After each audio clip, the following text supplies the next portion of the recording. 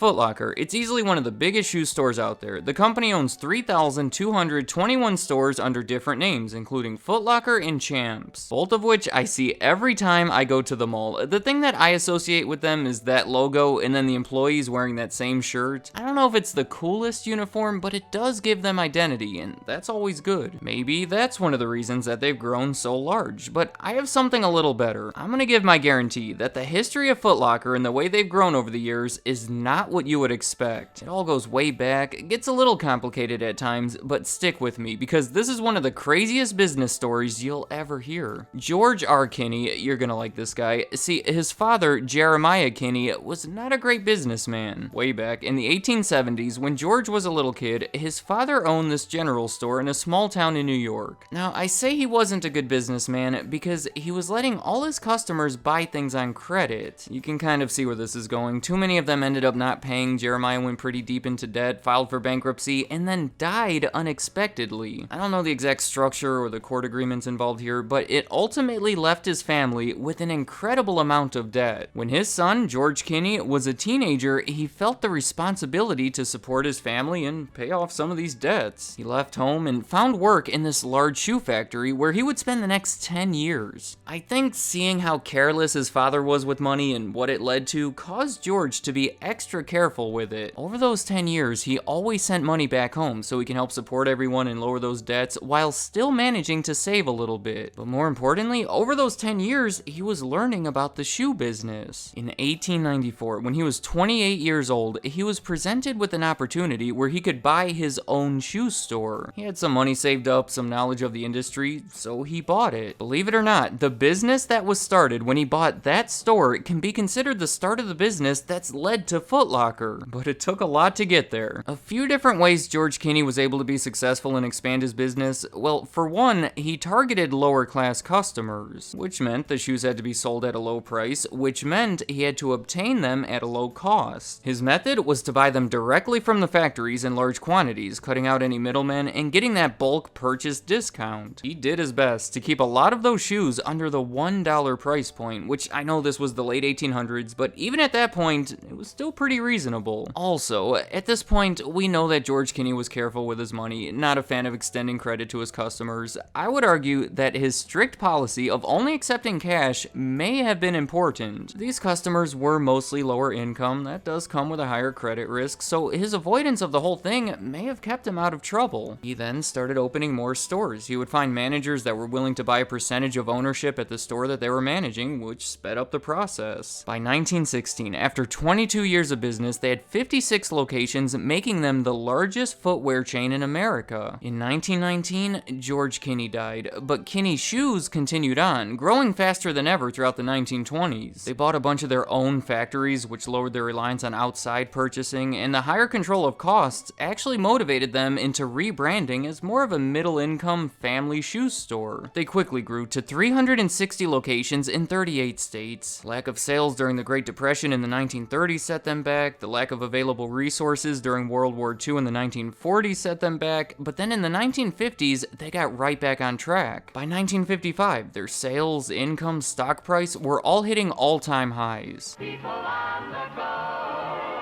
go to Kinney for shoes.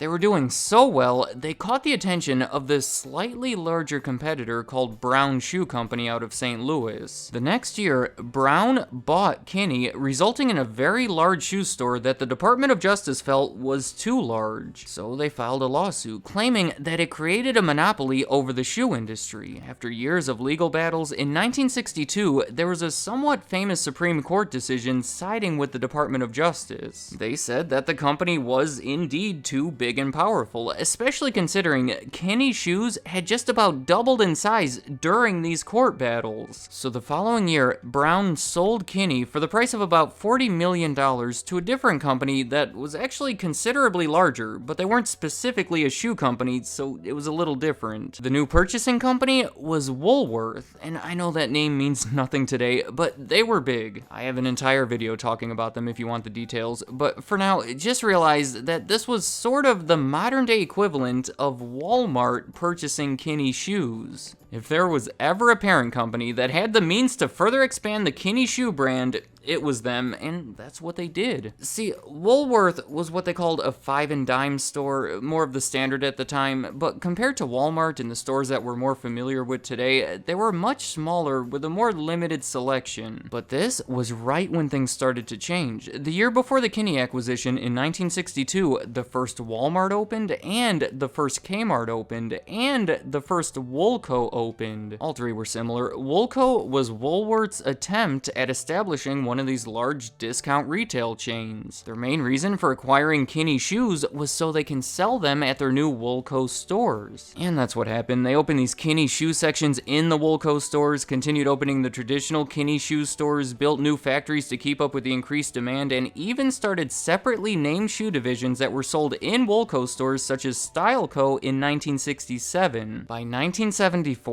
Kinney had more than tripled their sales to $358 million a year. A small part of that $358 million in sales came from a new division of shoe stores that they decided to call Foot Locker. Just to be clear, we have Foot Locker that was started as a part of Kinney, and Kinney was now part of Woolworth. But can you believe that? What are we, over halfway through the video, and this is the first real mention of Foot Locker? This is quite an origin story. Can I just point out, the company that started Foot Locker existed for 80 years before starting it. And these are not humble beginnings either. It was created as a division of a massive shoe company that was a subsidiary of an unbelievably massive retailer. From the beginning, the first Foot Locker fittingly opened in a mall in California and sold athletic shoes. Even through the rest of the 1970s, Foot Locker was not a significant part of their business. By the end of that decade, their 70 locations accounted for something like 2% of Kinney's total sales, and Kinney accounted for something like 15% of Woolworth's total sales. At that point, I would imagine that they could have given up on Foot Locker altogether and it would have hardly been noticed, but I have to say it's a good thing that they didn't, because in the 1980s, it arguably became the most important part of their business. The reason behind all of this can get complex and hard to pinpoint. Again, I made a whole video about it before attempting to explain it, but Woolworth in general started doing really bad in the 1980s. I put together 3 major events that all happened in 1982 that I think perfectly reflect the state of this company. 1, Woolworth sold their British operations. 2, Woolworth closed all of their US Woolco locations, which represented billions in sales. And 3, the first Lady Foot Locker opened, and that was after seeing the success of hundreds of new regular Foot Locker locations over the past couple of years. Aside from Foot Locker, Kinney wasn't doing too well either. I mean, obviously the overall shakiness of their parent company wasn't helping things, specifically taking away the Woolco stores where their shoes were sold, but also consider the changing demand in that industry. Athletic shoes were getting more popular in the 1980s, proven by the emergence of Reebok, the growth of Nike. I think basketball was a big part of it. The sport was getting bigger, the shoes were becoming a bigger part of it, specifically the first Jordans being sold in 1985. That could be its own discussion, but athletic shoes were suddenly in high demand, which would certainly help explain why the athletic shoe division called Foot Locker was doing so much better than the rest of the business. In fact, Foot Locker accounted for as high as 20% of all the name brand athletic footwear sold in the US in the 1980s. They continued adding locations. They started Kids Foot Locker in 1986, Champs Sports a couple years later. Throughout the 1990s, Woolworth stores just continued swirling down the drain. In 1995, they decided to split Kinney into an athletic group, which included Foot Locker and Champs, and a specialty footwear group that included the Kinney shoe stores, effectively splitting Foot Locker and Kinney after 21 years together. I think you can guess which division was bigger and more successful. By 1997, the athletic group totaled almost 3,000 stores, whereas the specialty group totaled 1,200. Also in that year, Woolworth stores were still hanging on. There were just under 1,000 of them, less than half of them in the United States, and those in the United States closed soon after. There was a lot happening with the Woolworth company at this time, but I think we can see where it's headed. By 2001, they had become almost entirely focused on athletic shoes, with Foot Locker being the center of it. So much so that they chose to change the name of the whole company to Foot Locker. So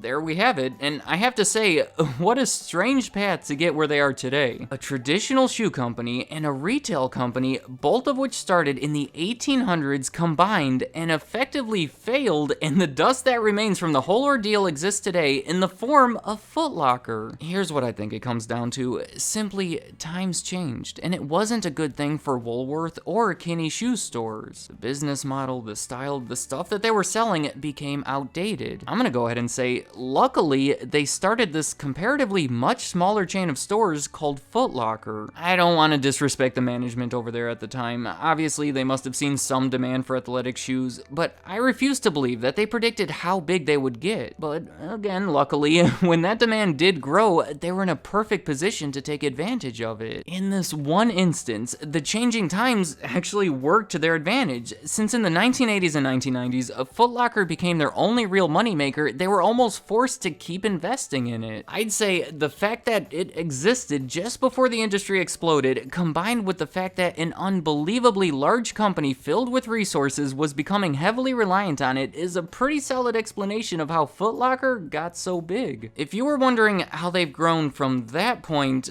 well, they really haven't. Not the Foot Locker stores, anyway. Looking at the number of locations in 2019 compared to back then in 2001, it's actually shrunk a bit. 200 fewer Foot Lockers, 600 fewer lady Foot Lockers, they really strayed away from that. Kids Foot Locker and Champs are somewhat similar, but I definitely wouldn't say that they've grown much in this range. However, the revenue for the entire company has almost doubled. I would identify the reason behind it as potentially higher same-store sales, inflation of course, and they've expanded their business beyond Foot Locker and Champs. Notably, their 2004 acquisition of 350 Foot Action stores from Footstar for $160 million, and their 2013 acquisition of a similar German store called Runner's Point for $94 million. So even though the company has progressed and grown over this time, I wouldn't say that the Foot Locker stores that we all associate with the brand have done very much. Let me know in the comments, was this anything like what you were expecting to hear? It's just such a complex situation. What would you even consider their technical starting date? You can argue that it was 1879 with Woolworth, 1894 with Kinney, or 1974 with Foot Locker. I kind of treated this video like it was 1894 with Kinney since they did start Foot Locker, but admittedly, it was kind of the way that worked best when telling the story. And finally, do you agree? Does this explain how Foot Locker got so big, or do you think there's other significant parts that I failed to address? I'd like to hear what you have to say. Thank you for watching.